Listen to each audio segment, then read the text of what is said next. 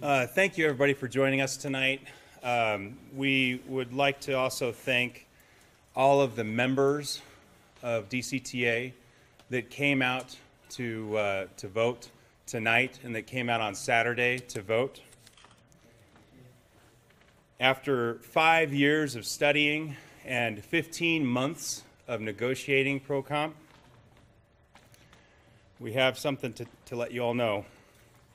Over the past 10 years, DPS has been taking money from teachers to fuel their reform experiments that to date haven't proven to close the achievement gap, but rather have fueled a 20% turnover rate in DPS. Educators have told us that they want an increase in base salaries and a decrease in unpredictable bonus pay. Over the past few years, teachers have seen decreases within their take-home pay and have had to decide on whether they will leave Denver's kids in order to earn $7,000 to $13,000 more in base pay in neighboring districts. Teachers in Denver find themselves spending an average of $750 out of pocket for their classroom needs, while DPS spends more than $4 million on bonuses for their administrators. While DPS claims they're putting funding towards schools, everyone knows the reality. The reality is that Denver teachers are tired of misleading statements. Teachers and parents know the truth. Last Friday, when our team met with the district refused to fix our pro-comp problem. Our team took the question to our members, and the members have spoken. Tonight, Denver teachers overwhelmingly agreed to strike. 93% voted to strike. They're striking for better pay, they're striking for our profession, and they're striking for Denver students. Thank you. Hi, I'm Susana Cordova, superintendent here in the Denver Public Schools. And as you all know, we've been working really hard to get to an agreement with our teachers related to their compensation. We certainly understand that the Denver Classroom Teachers Association this evening has voted to approve a strike, and that's despite the current offer that we have on the table that would raise the average teacher compensation by 10%.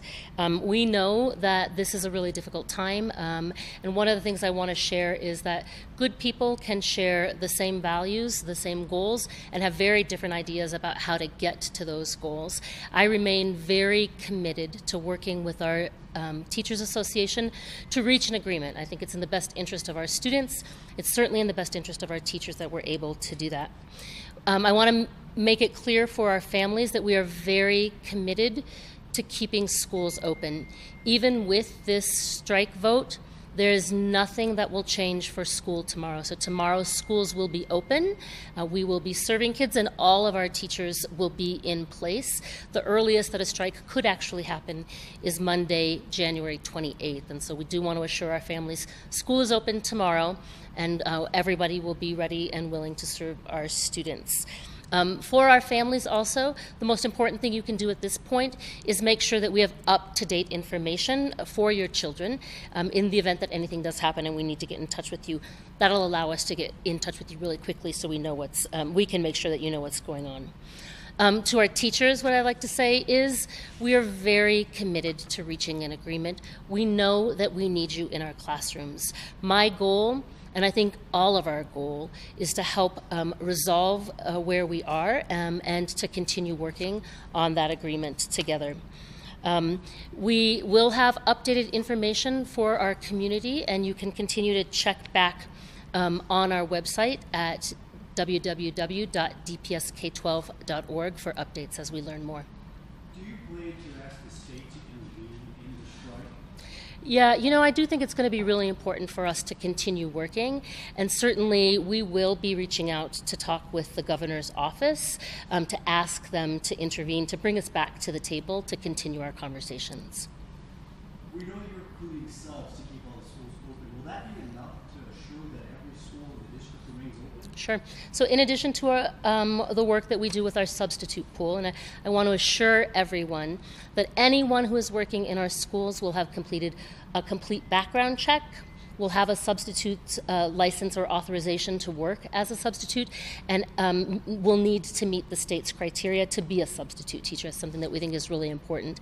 In addition to the work that we're doing with our substitute teachers, we'll be working with all central office staff who either are licensed to work with students or who are eligible for substitute licenses to make sure that we've got coverage here from the central office as well. So how do you get all those subs up to date and safe curriculum as the teachers have it? Sure. Sure. Yeah, so certainly we know how critical it is that the focus is on learning in the classroom. In addition to the plans that teachers have, all teachers have lesson plans that are available when they are out of the building. We also are working on lesson plans that align to every grade level and content area, so substitutes won't be asked to create their own lessons. We'll have work for them that's aligned to the content that kids are working on. Of the teachers that voted, 93% voted for the strike. That's a lot of teachers. Sure. What was your reaction? Yeah, you know, I think that there's a lot of frustration around where we are, both in DPS and in our state. One of the things I think that is facing all of the school districts in Colorado is that we are dramatically below the national average in terms of how we fund our schools. Not because Colorado is a poor state, but because, frankly, our school finance approach is broken. We think it's really important that we work closely with our teachers to help advocate for changes at the state level. That's really going to be the long-term solution to this problem that we're all facing. Parents are going to watch this tonight. They're Yeah. going to see guys and community have not come to an agreement. This is moving in the wrong direction. Sure. What do you want to tell them, these parents who are going to be worried about whether or not they Sure. can take their kids to school next week? Sure. You know, first and foremost, I want to say I'm a DPS parent. I have a daughter in DPS as well. And my goal, both as a parent and as the superintendent, is to get to an agreement. It's part of the reason why we remain very open to continuing the conversation about how we do that. It's also part of the reason why I think it's going to be really important for us to seek intervention to help bring us back to the table with our teachers. Look, like when you say seek intervention, you mentioned bringing the government. Sure. So what I can tell you is in the past, when we have had situations in the Denver Public Schools before, when there were disputes, the governor did intervene. Governor Romer intervened in 1990 and actually stopped a strike from happening, brought the parties together to work on a solution. In 1994, a strike did occur. Governor Romer again intervened, brought the parties back to the table to help broker an agreement. You know, at the end of the day, we know that we need our teachers back in our classrooms. Obviously, they're not going to be out of classrooms tomorrow. We do have some time before a strike would actually occur. We're committed to using as much of that time as possible to reach an agreement. Can you talk a little bit about what those efforts might look like that you're committed to reaching that agreement?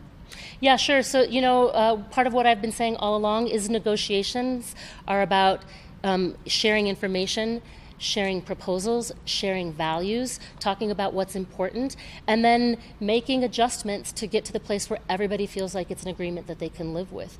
You know, there are some significant differences between the proposal that we've put together and the proposal that the DCTA put together. And one of the places where we feel very committed to is ensuring that we have funds in our proposal to reward teachers for working in our highest poverty schools, our Title I schools, and to have retention incentives to bring people back into those schools. It's something that we know is critically important if we're ever going to close the achievement gap. And that's a place where we feel like we just can't compromise.